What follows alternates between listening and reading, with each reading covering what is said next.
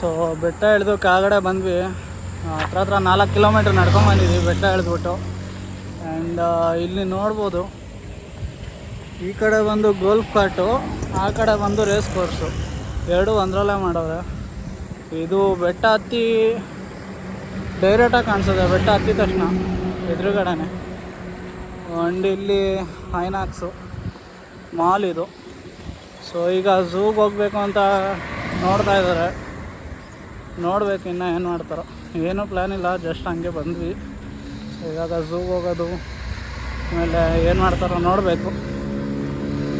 Zoo ಹತ್ರ ಬಂದ್ವಿ, but ಇವತ್ತು ಅನ್ಫಾರ್ಚುನೇಟ್ಲಿ ಝೂ ಕ್ಲೋಸ್ ಆಗಿದೆ. ಎವ್ರಿ ಟ್ಯೂಸ್ಡೇ ಝೂ ಕ್ಲೋಸ್ ಆಗಿರುತ್ತೆ. ಸೊ ಅಲ್ಲಿ ತೋರಿಸ್ತೀನಿ ಬೋರ್ಡು, ನೋಡ್ಕೊಳ್ಳಿ.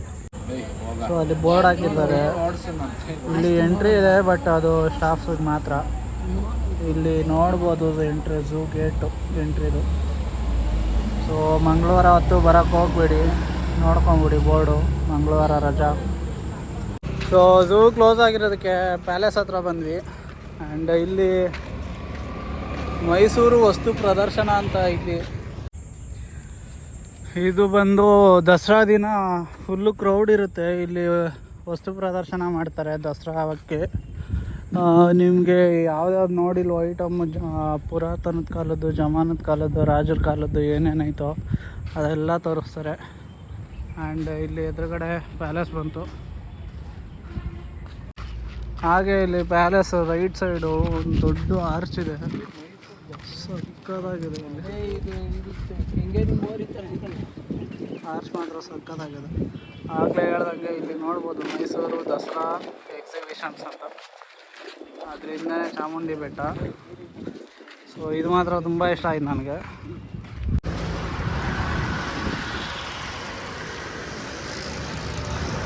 ಸೊ ಮೈಸೂರು ಪ್ಯಾಲೇಸು ಫ್ರಂಟಿಂದ ನೋಡ್ಬೋದು.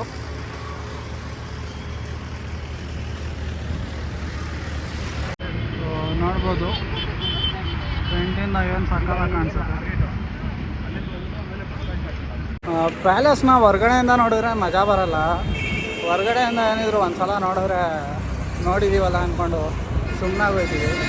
ಬಟ್ ಪ್ಯಾಲೇಸ್ ಒಳಗಡೆ ಹೋಗ್ಬಿಟ್ಟು ತೋರಿಸ್ತೀನಿ. ಆ ಪ್ಯಾಲೇಸ್ ಒಳಗಡೆ ನೋಡ್ಬಿಟ್ಟು ನೀವು ಕೊಡೋ ರಿಯಾಕ್ಷನ್ಗಳು ಮಾತ್ರ. ಆ್ಯಂಡ್ ಆ ಪ್ಯಾಲೇಸ್ ಒಳಗಡೆ ನೋಡಿದ್ರೆ ನೀವು ಮಾತ್ರ ಬೇರೆ ಎಕ್ಸ್ಪೀರಿಯನ್ಸು ಅಂತೀರ. ಆ ಥರ ಸಕ್ಕತ್ತಾಗಿದೆ ಪ್ಯಾಲೇಸ್ ಅಂತೂ ಒಳಗಡೆ. ಸೊ ಪ್ಯಾಲೇಸ್ ಎಂಟ್ರಿಗೆ ವರಾಹ ಗೇಟಿಂದ ಎಂಟ್ರಿ ಇದೆ. ವರಾಹ ಗೇಟು, ಗೇಟ್ ನಂಬರ್ ಎಷ್ಟು ಅಂತ ಗೊತ್ತಿಲ್ಲ. ಸೊ ಇಲ್ಲಿಂದನೇ ಎಂಟ್ರಿ ತೊಗೊಳೋಣ ನಾವು.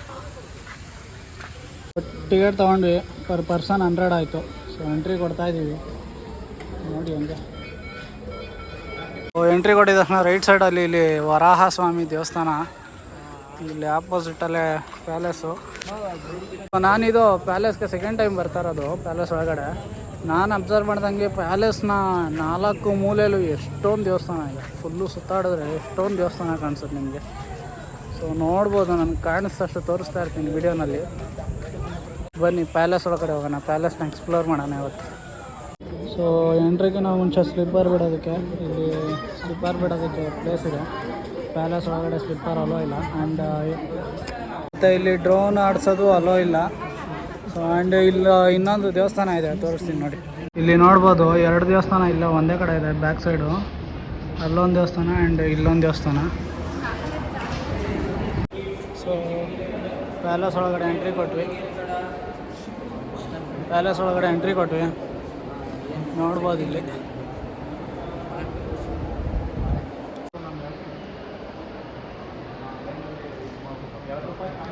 ಎಂಟ್ರಿ ಕೊಟ್ಟಿದ ತಕ್ಷಣ ಹರಿ ಚಾಮುಂಡೇಶ್ವರಿ ಮತ್ತು ಹಳೆ ಐಟಮ್ಗಳು, ರಾಜರ ಕಾಲದಲ್ಲಿ ಯೂಸ್ ಮಾಡ್ತಾರೆ ಎಲ್ಲ.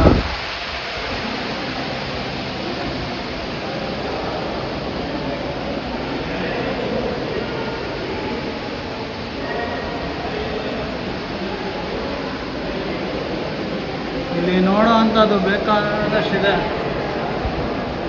ವಿಸಿಟ್ ಮಾಡಿ ಬಂದಾಗ ಮೈಸೂರಿಗೆ.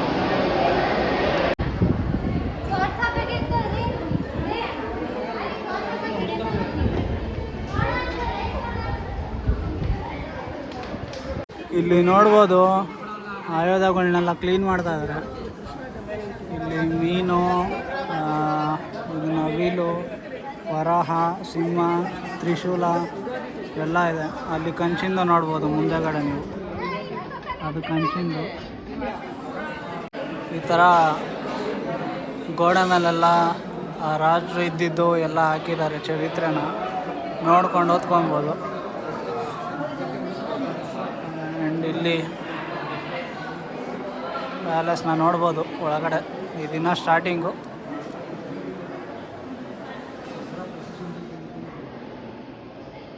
ನೋಡ್ಬೋದು ಒಳಗಡೆ ಎಲ್ಲ.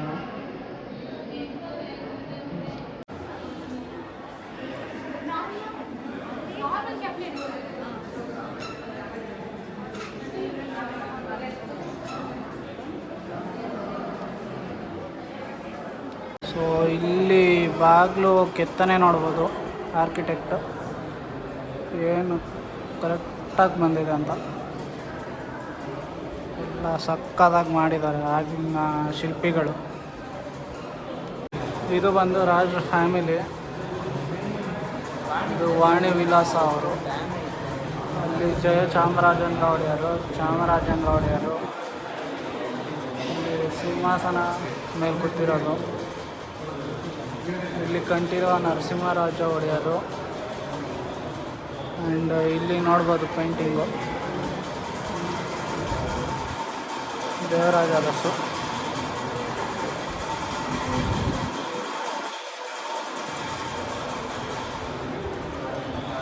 ಇವರು ನಾಲ್ವಡಿ ಕೃಷ್ಣರಾಜ ಒಡೆಯರು. ಇವರು ಜಯಚಾಮರಾಜ ಒಡೆಯರು. ಸೊ ಅಲ್ಲಿ ಬ್ರಿಟಿಷ್ರದ್ದು ಫೋಟೋಸ್ ಇದೆ. ಎಲ್ಲ ಬಂದ್ಬಿಟ್ಟು ರಾಣಿಯರ್ದು. ವಾಣಿ ವಿಲಾಸ ಅವರು, ಕೆಂಪಚಲುವ ರಾಮಜ್ಜ ಅಮ್ಮಣ್ಣಿ ಅವರು, ಇದು ಜಯ ಲಕ್ಷ್ಮಣಮಣ್ಣಿ ಅವರು. ಸೊ ಇದೆಲ್ಲ ನೋಡ್ಬೋದು, ಶಾಸನಗಳು ಮತ್ತು ಕೆತ್ತನೆಗಳು ಮತ್ತು ಐಟಮ್ಗಳಿಡೋದು.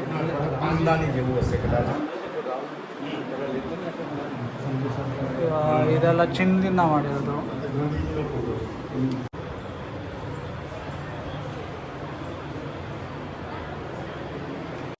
ಇದು ಬಂದು ಬ್ಯಾಕ್ ಸೈಡು, ಅಂದರೆ ಮಧ್ಯದಲ್ಲಿ ಕಾಣಿಸೋದು. ಮೇಲ್ಗಡೆ ಚಾವಣಿ ನೋಡ್ಬೋದು. ಆ್ಯಂಡ್ ಇಲ್ಲಿ ಮೊದಲು ಇದು ಕೊಳ ಥರ ಇತ್ತು, ರಾಣಿ ಸ್ನಾನ ಮಾಡ್ತಾರಲ್ಲ ಆ ಥರದ್ದು. ಸೊ ಇವಾಗೆಲ್ಲ ಬೇರೆ ಥರ ಚೇಂಜ್ ಮಾಡಿದ್ದಾರೆ, ಕನ್ಸ್ಟ್ರಕ್ಷನ್ ಮಾಡಿಬಿಟ್ಟು.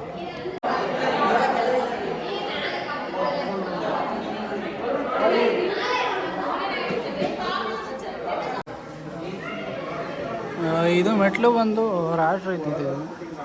ಮೇಲ್ಗಡೆ ಮೊದಲು ರಾಜರು ಇದ್ದರು. ಇಲ್ಲಿಂದ ಹತ್ಕೊಂಡು ಹೋಗ್ತಾಯಿದ್ರು ಮೇಲ್ಗಡೆ. ರೂಮ್ ನೋಡ್ಬೋದು, ನಮಗೆಲ್ಲ ಎಂಟ್ರಿ ಇಲ್ಲ.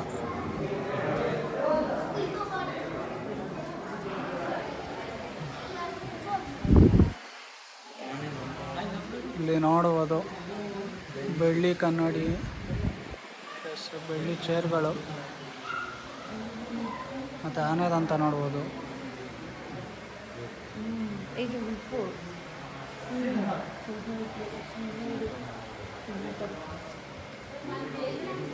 ಸೊ ಅರಮನೆ ಒಳಗಡೆ ನೋಡ್ತಾ ಇದ್ರೆ ಏನು ಅನ್ನಿಸ್ತಾ ಇದೆ ಕಮೆಂಟ್ ಮಾಡ್ತಾಯಿರಿ. ಪ್ಲಸ್ ಸಬ್ಸ್ಕ್ರೈಬ್ ಮಾಡಿ ಈ ಚಾನಲ್ನ. ಇನ್ನೂ ಎಷ್ಟೊಂದಿದೆ ಅರಮನೆ ಒಳಗಡೆ ನೋಡೋದು. ಸೊ ನೋಡ್ತಾ ಇರಿ ಹಂಗೆ ವಿಡಿಯೋನ. ಸಬ್ಸ್ಕ್ರೈಬ್ ಮಾಡ್ಕೊಳ್ಳಿ ಎಲ್ಲರೂ ಬೇಕು. ಮತ್ತು ಇಲ್ಲಿ ನೋಡ್ಬೋದು ಸೇಮ್ ಅದೇ ಹಳೆ ಐಟಮ್ಗಳು ರಾಜರ ಮನೇಲಿ ಯೂಸ್ ಮಾಡ್ತಾ ಇದ್ದಿದ್ದೆಲ್ಲ.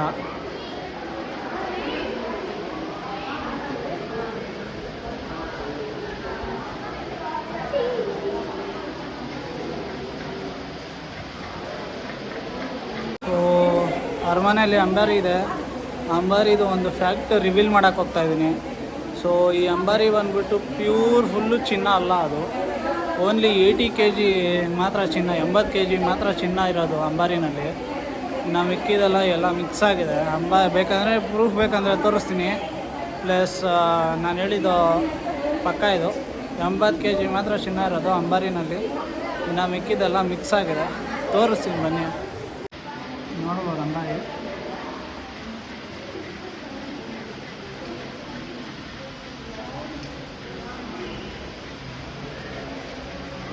ನಾನು ಹೇಳಿದ್ದು ಈಗ ಬರ್ತಿದೆ.